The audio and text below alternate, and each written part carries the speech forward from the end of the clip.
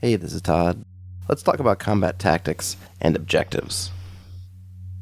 Combat tactics in D&D and the like is really what I want to talk about, and I find it's a really interesting topic.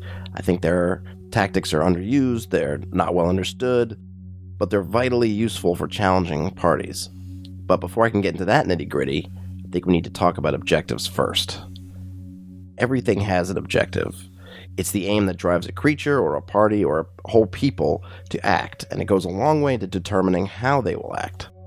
For our purposes, we don't need a supremely nuanced set of aims. It's helpful just to boil it down to, I picked 3 Ps: prosperity, propagation, and perpetuation. Prosperity is the accumulation of resources.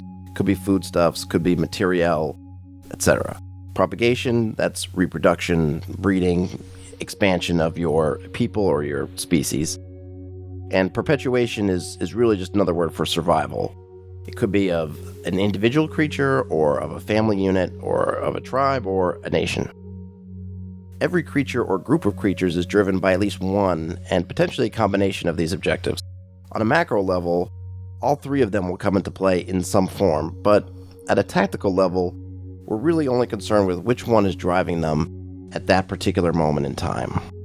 Why this matters is because once we've determined an objective, we have a context for deciding what a creature will do. Let's look at a simple example. An adventuring party approaches the cave lair of an owlbear. What's the owlbear's objective? Is it hungry?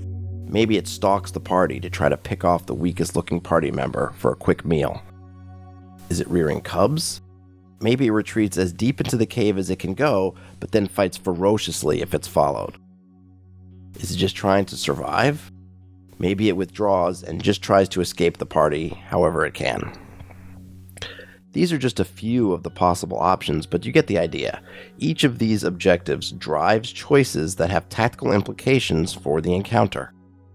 Once we have an objective, certain actions will make complete sense, others will become impossible or much less likely. If the owlbear has cubs, it's not going to run away, and it will probably fight to the death.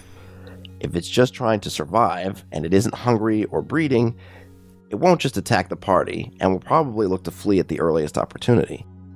If it's hungry, it will fight, on its terms as much as possible, but probably flee if it's at risk of death or injury. You might be thinking, this isn't all that tactically deep, man. It's definitely not making things more challenging for my party. Okay, so let's look at another example. The goblin tribe occupies a network of caves. The main cave entrance is guarded by a handful of these goblins. The party approaches. What do the goblins do?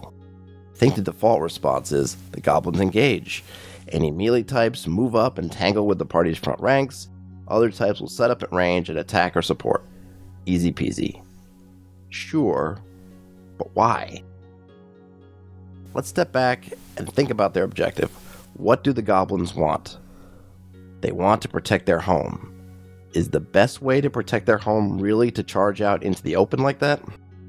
Wouldn't it be smarter to play defense, sound the alarms, ready any traps and ambushes, gather all their reinforcements, and force the party to fight for every inch of cave that they take? Which one of these 2 scenarios, the goblins rushing out to fight the party, or the ominous calm as the goblins withdraw defensively into the dark as the muted sound of alarm horns reach the party, is the easier road for the players? If I had a choice, I'd take that first scenario 10 out of 10 times. That second one would scare the bejesus out of me. Inside the caves, the goblins will fight hard and bitterly, but at some point survival will trump defense. This will change how the goblins approach encounters with the party. Perhaps they'll just flee. Maybe they'll try to destroy the caves or their resources before the party can grab them.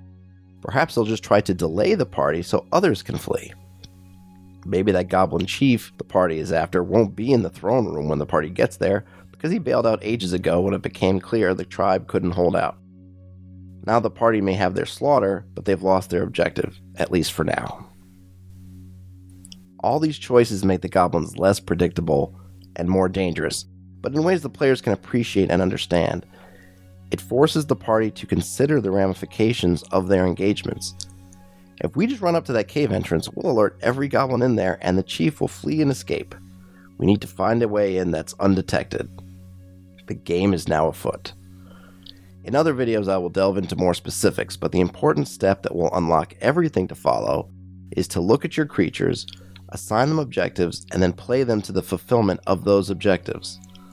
If one objective becomes lost, look at the next one. For the goblins, it might be prosperity, that being the resource of the caves, followed by perpetuation, survival of the tribe, and then finally another flavor of that same perpetuation, but this time the survival of the individual goblins. You can use morale or other tools to fine-tune these progressions, but just having them, just having objectives that drive actions, will make the act of just choosing an action easier and promote actions which just don't feed into the party's strength. The party wants a decisive encounter on neutral or friendly ground.